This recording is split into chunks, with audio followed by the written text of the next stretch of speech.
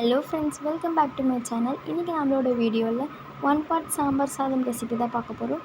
ஒரு டம்ளர் அரிசிக்கு 1/4 டம்ளர் பருப்பு எடுத்து நல்லா அலசி ஊற வச்சுக்கலாம். சாம்பார் பருப்பு ஒரு 2-3 டைம் நல்லாவே வாஷ் பண்ணிவிட்டு அந்த தண்ணியை நல்லா வடிகட்டிட்டு புது தண்ணி ஊற்றி ஒரு 1/2 hour கிட்ட நல்லா ஊற வச்சு எடுத்துக்கலாம்.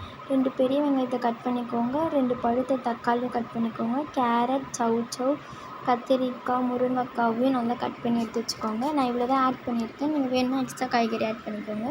ஒரு குக்கரில் 2 டேபிள் ஸ்பூன் எண்ணெய், தேவையான அளவு எண்ணெய் ஆட் பண்ணிக்கோங்க. கொஞ்சமாக கடுகு, அது கூடவே கொஞ்சம் வெந்தயம் ஆட் பண்ணிக்கோங்க. ஃப்ளேவர் நல்லாயிருக்கும்.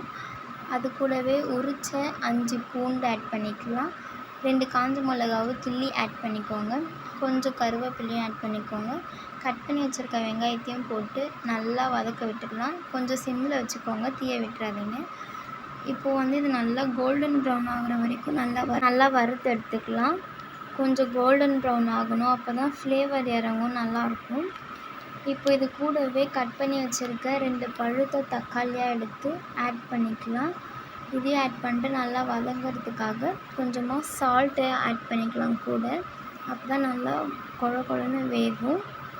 ஸோ சால்ட் ஆட் பண்ணிட்டு கொஞ்சம் நேரம் நல்லா வதங்க விட்டுருங்க. வதக்கினோடனே எல்லா காய்கறியும் ஆட் பண்ணிக்கோங்க. இது கூட நீங்கள் பூசணிக்காய், வெண்டைக்காய், பீன்ஸ் கூட ஆட் பண்ணிக்கலாம். என்கிட்ட இவ்வளோ தான் இருக்குது, நான் அதனால் இவ்வளோ தான் ஆட் பண்ணியிருக்கேன். ஒரு 2 நிமிஷத்துக்கு நல்லா எண்ணெயிலே வதங்க விட்டுருங்க. இப்போ நல்லா காய்கறி 2 நிமிஷம் வதங்கினது ஒரு டேபிள் ஸ்பூன் சாம்பார் பொடி, 1/4 டேபிள் ஸ்பூன் மஞ்சள்தூள், 2 டேபிள் ஸ்பூன் மிளகாய்த்தூள், கொஞ்சமாக கல்லுப்பு, தேவையான அளவு தண்ணி ஆட் பண்ணிவிட்டு நல்லா கலந்து விட்டுட்டு கொஞ்சமாக கொத்தமல்லி ஆட் பண்ணிக்கோங்க. இப்போது அரிசியும் பருப்பு ஊற வச்சோம்ல, அதுவும் ஆட் பண்ணிவிட்டு 2 டேபிள் ஸ்பூன் நெய் ஊற்றி அதையுமே நல்லா கலந்து விட்டுட்டு கரெக்டாக 3 விசில் வர வரைக்கும் ப்ரெஷர் குக் பண்ணி எடுத்துக்கலாம்.